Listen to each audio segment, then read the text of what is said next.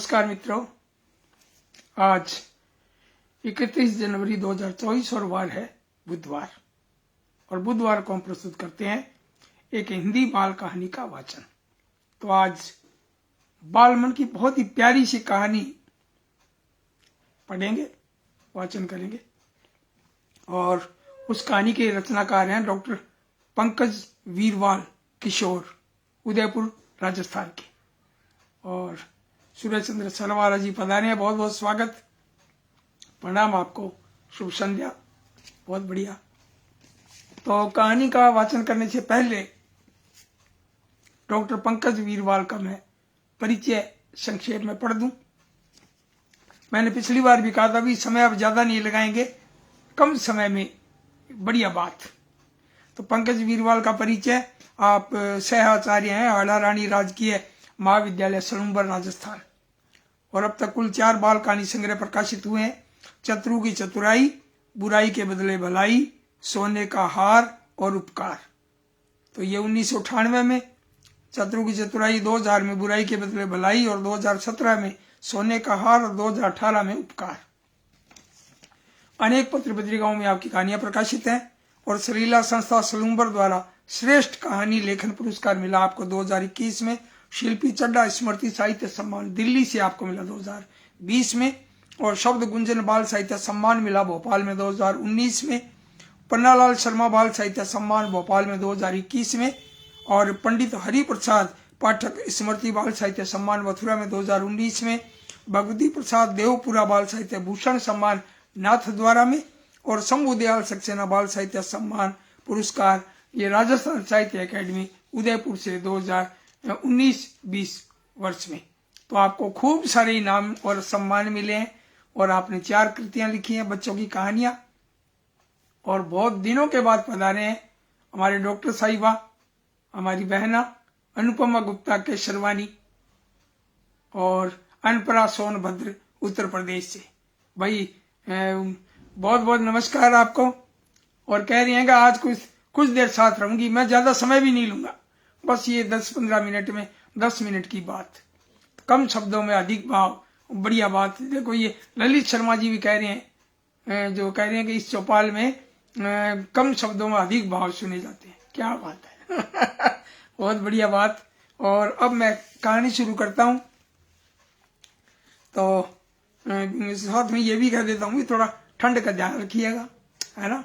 ठंड जो है कभी लग सकती है। अब आप कहानी सुनिए डॉक्टर पंकज वीरवाल उदयपुर राजस्थान के। और इनकी कहानी है बच्चों की बहुत प्यारी कहानी, बालमन की, लूसी और पुसी। और ये किताब जो सोने का हार है, इसमें से मैं आपको सुना रहा हूं। लूसी और पुसी 2 बिल्लियां थी, दोनों में पक्की दोस्ती, दोनों हमेशा एक साथ रहती। उन्हीं के स्कूल में मोंटी बंदर भी पढ़ता था। स्कूल जाते समय मोंटी रोज लूसी और पुसी को परेशान करता, यहां तक कि स्कूल में चोरी छिपे उनका लंच तक खा जाता था, लंच भी। तो मोंटी की इन हरकतों की वजह से कई बार लूसी और पुसी को भूखा भी रहना पड़ता। दूसरे जानवर भी मोंटी की शैतानियों से बड़े परेशान थे, लेकिन उससे झगड़ा मोल लेने की किसी में हिम्मत नहीं थी। कई बार हेडमास्टर साहब गेंडामल जी से भी शिकायत की, लेकिन थोड़े दिन चुप रहने के बाद मोंटी फिर हरकतें करने लगा। मोंटी अपने आप को सबसे चतुर समझता था। एक दिन तो हद ही हो गई।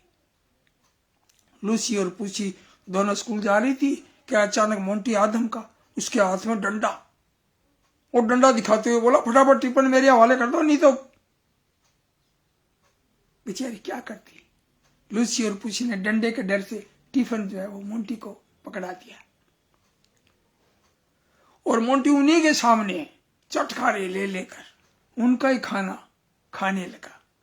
बेचारी लूसी और पुसी अपना समूह लेकर रह गई। आखिर लूसी और पुसी ने मोंटी को सबक सिखाने का भी सोचा कि कुछ करना पड़ेगा।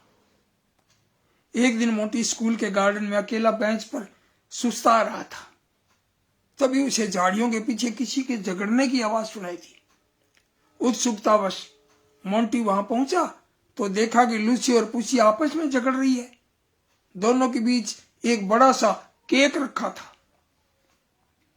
इस केक में मेरा पैसा ज्यादा लगा है, इसलिए मुझे ज्यादा मिलना चाहिए, लूसी ने पुसी से गुस्से में कहा। नहीं, इसे यहां तक लाने में मुझे काफी परेशानी हुई, इसलिए मुझे ज्यादा मिलना चाहिए, पुसी भी उसी तेवर में बोली। अच्छा, चलो दोनों बराबर हिस्सा बांट लेती हैं, झगड़ने से क्या फायदा। वैसे भी दो के झगड़े में हमेशा तीसरे को फायदा होता है। तुम्हें मालूम है ना कि हमारे पूर्वजों ने किस तरह से एक बंदर के हाथों अपनी रोटी गंवाई थी। लूसी ने पुसी को समझाते हुए कहा।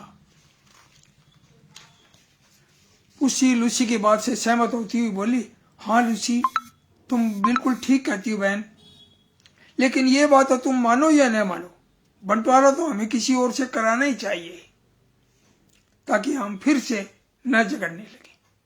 तभी मोंटी बीच में कूदता हुआ बोला, हाँ ये बंदा किस काम का आएगा, कहो तो मैं बंटवारा कर दूं। हाँ हाँ मोंटी भैया, आप ही बंटवारा कर दीजिए, पर फिर कोई चालाकी नहीं दिखाना। लूसी पुसी की तरफ देखकर मुस्कुराते हुए मोंटी से बोली। मोंटी ने केक के 2 टुकड़े किए, पर जानबूझकर एक टुकड़ा बड़ा रहने दिया। भैया, इस बड़े टुकड़े को थोड़ा खाकर छोटा कर दीजिए ना, ताकि दोनों टुकड़े बराबर हो जाएं, पुसी ने मोंटी से कहा। और मोंटी को तो बस जैसे इसी बात का इंतजार था। उसने केक का टुकड़ा थोड़ा ज्यादा खा लिया, जिससे वह पहले वाले टुकड़े से भी छोटा हो गया।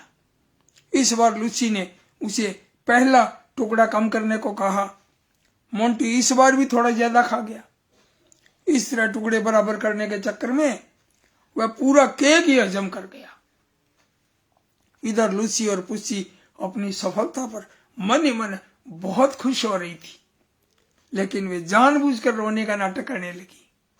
मोंटी उन्हें चिढ़ाता हुआ बोला, तुम दोनों कितने बेवकूफ हो, ये मेरे पूर्वजों ने भी तो 2 बिल्लियों को किस तरह मूर्ख बनाया था, इसके बाद भी मैं तुम्हारा सारा केक खा गया, और तुम,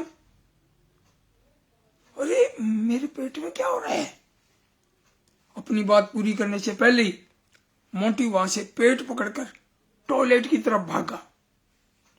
लूसी और पुसी दोनों दबी हुई हंस रही थी। फिर जब दोनों ने अपनी सहेलियों को यह बात बताई कि किस तरह उन्होंने केक में जुलाब की दवा मिलाकर मोंटी को खिलाई, तो वे भी खूब हंसी। इसके बाद मोंटी 15 दिन तक स्कूल नहीं आ सका, पर हाँ, वापस आने के बाद किसी को मोंटी से कोई शिकायत नहीं।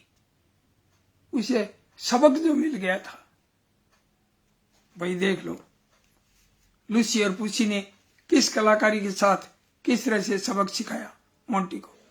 तो हमें वैसे तो बच्चों को कहने की बातें हैं भी, हमें किसी का बुरा नहीं करना चाहिए, किसी की चीज नहीं खानी चाहिए, किसी को डराना धमकाना भी नहीं चाहिए। तो मैं पंकज वीरवाल जी को इस प्यारी सी बाल कहानी के लिए बधाई देता हूं, और इनको जो अभी 19-20 का जो राजस्थान साहित्य अकादमी का अवार्ड मिला था उसके लिए भी बधाई देता हूं। और आपकी कहानी जो है मुझे बहुत अच्छी लगी, इसलिए मैंने इसका वाचन किया। और जो पधारे हैं आप सब लोग, आनंद विश्वास जी पधारे हैं नई दिल्ली से, हमारी बिटिया भी आई है दिया शर्मा, भाई आपका बहुत बहुत स्वागत, पधारे हो, बहुत अच्छा लगता है, कार्यक्रम की शोभा बढ़ती है भाई, है ना। तो कार्यक्रम सुना कीजिए, कोई सुझाव दीजिए भी और क्या परिवर्तन करें, कुछ क्या नवीनता लाए कार्यक्रम में। तो आपका बहुत बहुत आभार और धन्यवाद। अब कल मिलते हैं शाम को 5 बजे हिंदी बाल कविताओं के साथ दीनदयाल की चौपाल में। तब तक के लिए इजाजत, नमस्कार।